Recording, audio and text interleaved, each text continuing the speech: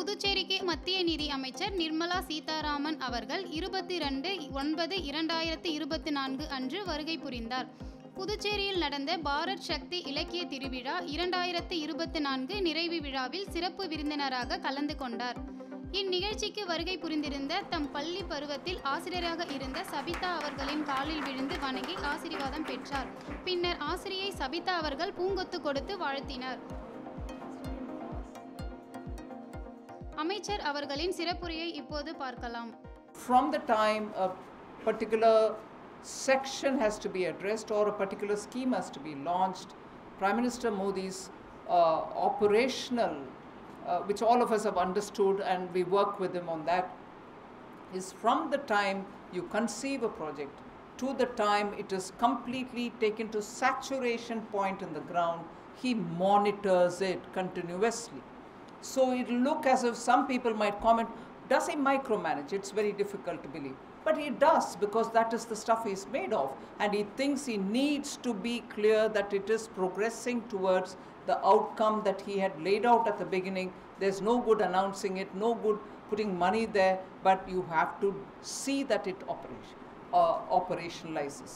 But it is necessary, therefore, to recall what India has achieved in the last few years, particularly in the last 10 years, only because this has been possible only with a government which has remained absolutely beyond corruption. Not an element of corruption in anything that we do. No pecuniary advantages, no policy distortions, no subjectivity anywhere. Any scheme, everybody gets it. Any scheme, transparent process.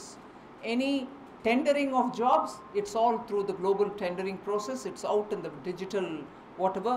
Whenever somebody bids, it's all known immediately. So therefore, where are we now? The list of achievements, which list of what has been achieved in the last 10 years and particularly in the last 1 year, particularly in the last 5 years, have all very briefly presented before you by Anand. But I want to say two things about what India is facing today and two things about where we are better off than many others today. We are better off because there is a sense of continuity. Like it or not, and all of us may, at least some of us may grieve, could the number be better? Could the number have been better? But the fact remains, it is Prime Minister Modi who has formed the government for the third time successively. So that brings in an element of continuity, stability in policy. And therefore, the priorities, which are make sure that India is safe, make sure the Indian fundamentals are strong, make sure you know the destination where you have to go, and therefore the path has to be laid out for all of us to benefit from it. And that is why, for a moment, I'd like to go back to talking about the global situation, the uncertainties, the rapid changes in regime. 50 countries have had their elections this year, or some going through now. Changes are happening rapidly, and in that process, uncertainties set in, because the newer agenda of the new winning party is again going to reset the country's priorities, and in that sense, India has been fortunate. And therefore, the priority that Prime Minister Modi gives for national security, particularly because I borrow one of my friend's words, no nation can be secure in isolation. You cannot say I've built a very strong armed forces, it is well endowed, and therefore I'm going to be very safe. No. Today you need to have friends, you need to have such alliances, otherwise you're just going to not have enough helping hand if there is a contingency arising. You need to have situations where people stand up for your cause. For this, I'd like to just say how even traditionally non-aligned countries which led to a downsizing of their militaries, have today realized that they have to buck up, they have to have defenses, they have to have this economies being strong as much as monies for setting up their defense in a stronger way. So in the early 2000s, and from then to now, you find a lot of reset happening. Countries are looking at their own national security. Even countries like Sweden, countries like Finland, yes, they are closer to some big country, but never mind, they felt safe all the while, but now they feel that they need to strengthen their defense structures, and as a result, ideally not a good thing, but as a result, global military expenditure grew 7% to $2.43 trillion in 2023, and that's the steepest annual rise which has happened since after 2009. So the sense of security, longing for peace, and overall security considerations now being very fragile, countries think they have to get back to being safer, well armed, well positioned. Poland's military spending, 14th highest in the world now, was 31.6 billion after growing by 75% between 22 and 23. This is by far the largest annual increase in any European country. So the countries are now spending money to keep themselves safer and well endowed from the point of view of development. So if you're looking at what the future entails for India and how we are going to reach that destination of Viksit Bharat by 2047, we are on the right track in that we prioritized on our national security. We have never compromised on spending on defense, although the kind of whimsical 10 years which lasted earlier, where they didn't, at one point in time, didn't have money to spend on defense. Another point in time, they said, no, our border villages are better off without spending money on them, because if they're very good, the enemy can walk in easily. All those things happened. But we have never compromised it, whether it is a simple thing, but a very critical thing for an individual soldier, a bulletproof vest. Even that has been attended to, and to the extent of getting larger vectors, which are so required either for the Navy or for the Army and so on.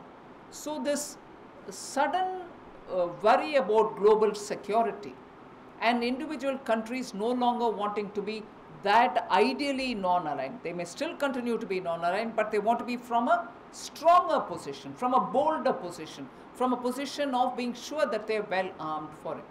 That is what is the spirit of Atmanirbhar Bharat announcements which were made in 2020 in the context of COVID. So I just want to underline the fact that we need to be conscious of the fact that when you're measuring a country's development today, I suppose as much as any other time, but there was a period of lull. We thought the world has arrived at a formula through which largely all of us are going to be safe, and there's no worry for us to think in terms of being very ready for defensive positions. So your measurement for being developed is not going to be devoid of your defense capabilities. Developed doesn't mean that I do everything right for our population, which is important. Everything right for getting education, getting health and so on, which is right, which we need to do, but we also have to be at least safeguarding our national interest, which includes security interests. So self-sufficiency, factors of vulnerability being addressed, and making sure that the external actors and their impact on us will be manageable. So with these things, we take a position. We need to build institutional capabilities, which is look at the strength of our banks, which is look at the infrastructure that we have, whether in the border posts or within the hinterland, whether your companies and their health is good, whether they have good exit and entry policies, and above all, what has made a big difference to India, particularly in its economy, particularly in bringing all sections towards the mainstream of the economic activity, is digitizing our Indian economy. That's revolutionized. What several governments over 50 years couldn't achieve has been achieved because of the way we spread the digital infrastructure, and much without nudging, without having to empower people or to tell them that this will give you benefit. People have walked into this world of digital activity, and as a result you find the economy has got the strength from below, and little wheels are moving, making the giant wheel easy to move. So that achievement in the digital will also have to be strengthened. So you have to have institutional capability strengthened, and that's what is going to make the Indian economy be a lot more sure of how to move forward. Again, the question of inclusivity. It is not just a norm or an ideal or in a country with disparity that has to take precedence over self-sufficiency or Atmanirbharta. It is important for very many other reasons as well, but it is important for every count. So you need to strengthen financial inclusion. You have to get more people on board so that they can benefit by the banking services and also see where they can acquire that little credit to run their businesses. Then you need to have targeted welfare delivery. I want to here take a little sensational position. I'm sure many in this audience would question me saying, why do you want to say this? Because I've heard voices coming which are slightly different, saying, why is it that you still have to feed 80 crore people by taxing the middle class? I want to humbly submit. But reducing the burden of taxation is one thing which I will have to address, and I concede more can be done. I will try to make it more. But you can never compare it saying, I'm paying taxes, it is only for this 80 crore to get free food. Sorry, I differ slightly. Pardon me for that. Yes, you can question about efficiency in delivery. Yes, you can question, is it 80 crore or is it less or is it more? All worthy questions we'll need to have to address, and that's where hopefully when the census happens, we've heard the Home Minister say that sooner it will commence. We'll get the actual data and we'll be able to do it. But till then, for us to think there is some other idea with which 80 crore is being kept up, I think we need to sit back for a moment, pause, and then talk about it. I've just taken this opportunity to bring that element in, but targeted welfare delivery, whether it is for medical, whether it is for health, whether it is for food, whether it is for children's education, whether it is for overall well-being of the family, we need to do targeted welfare delivery. And digitization, as I said, and economy needs to have more and more formalization. What sounded a bit of a sweet music in years when Anand said the number of people who are paying tax, it can be better. And it is not for want of earning, but probably it is in such a fashion that people come in and it trickles. The income tax net will have to be widened. The tax net in general will have to be widened. We need to do that as well so that India has greater benefit of a vibrant society. And finally, the macroeconomic stability has got to be maintained. It is only because of that our FDI flows kept coming. And macroeconomic stability is the one which gives you the strength of your economy moving forward, even when very many developed countries are struggling. What are those which go into the macroeconomic indicators whose stability is important for all of us? Low inflation, continuously maintaining inflation within the tolerance band, lesser fiscal deficit. Again, I would like to take this opportunity for many people saying, you run the economy too tight, you're not giving money to the people. No, give a lot of money to the people, but I still have to manage the deficit. I can't borrow and borrow and borrow, which many countries did, Either they borrowed or they printed their notes and flushed the economy with it during the COVID time, and they are just not able to get them back on rails even today.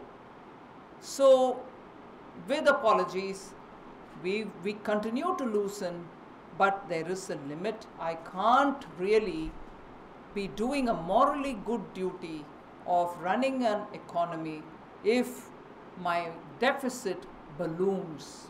It ballooned in COVID and there was no thinking about it, because we needed that to, spend. But it has to come back to some kind of a normative position. And that is why talking about deficit, fiscal deficit, because we've given ourselves a chart. We will be this by this year, this by that year, and it has been approved by Parliament. I can't obviously go and say, sorry, no, I've been accused of running the economy tight, so I have to loosen it out now. I will not obey that glide path which has been approved by the Parliament, sorry, and walk out. I can't do that. I will have to continuously make sure that the fiscal deficit is also managed well. Otherwise, your country is not going to be seen as a responsible democracy. You will just be like many of those countries which printed notes. And narrow current account deficit. We need to have a current account deficit maintained well. So in all this, I've specified the individual markers, but how all these can be managed is by continuously having your stress on investment.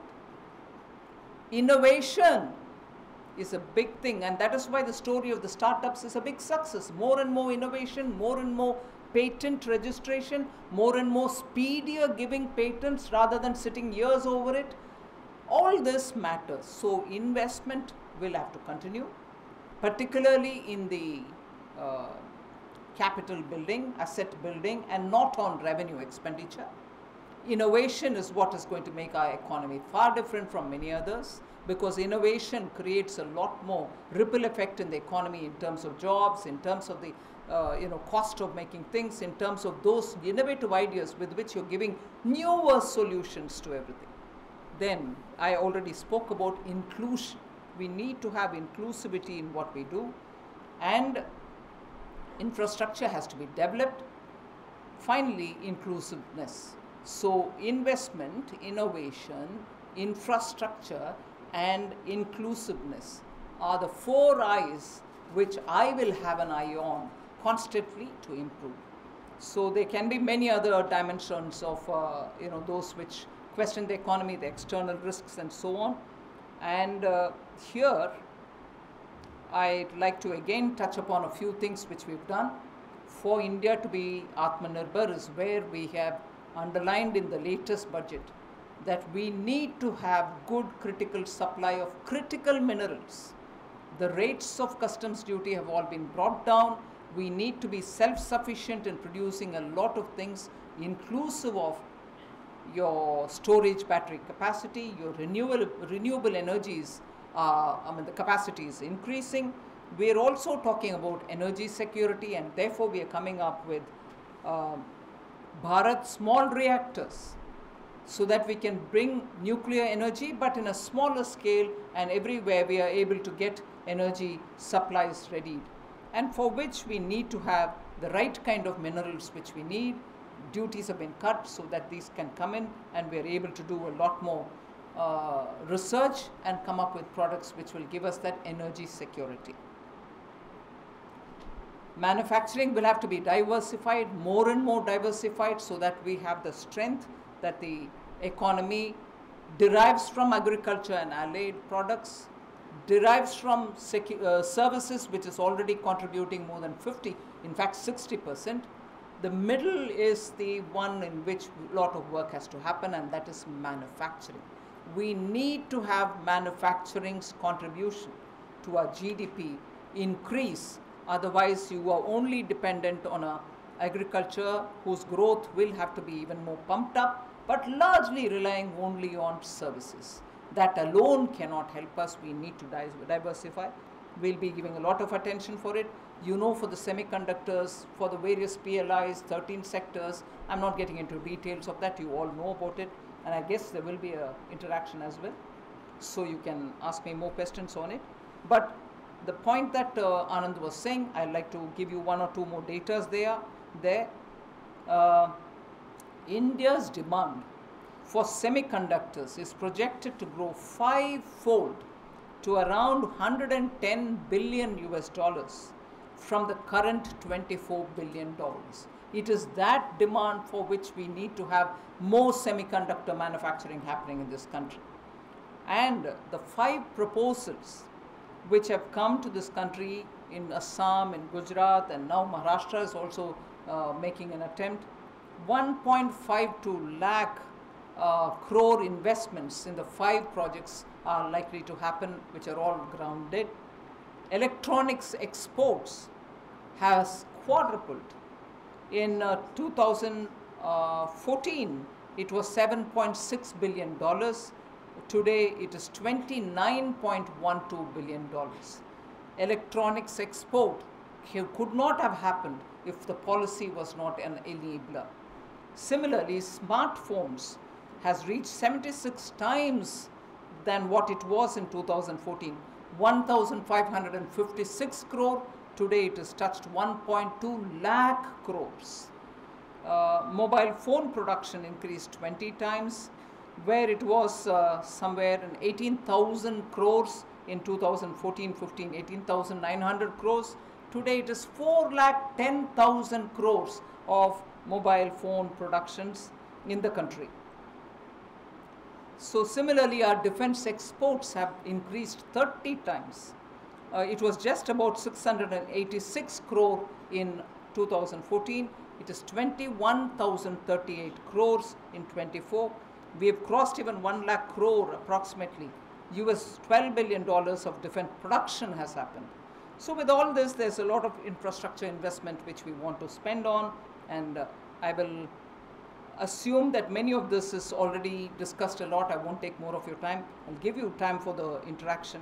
I just want to highlight, for a Sashakt Bharat, for a Surakshit Bharat, and a Bharat which has to become Vikasit by 2047, we need to be sure that domestic economic levels of our citizens will have to be improved. They have to be lifted from where they are today to a higher level.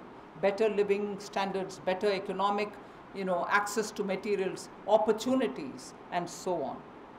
Because I would want to, just as I spoke about national security priorities of many countries which were neutral till recently, I want to highlight how some global funding organizations are continuously disturbing global peace, country by country.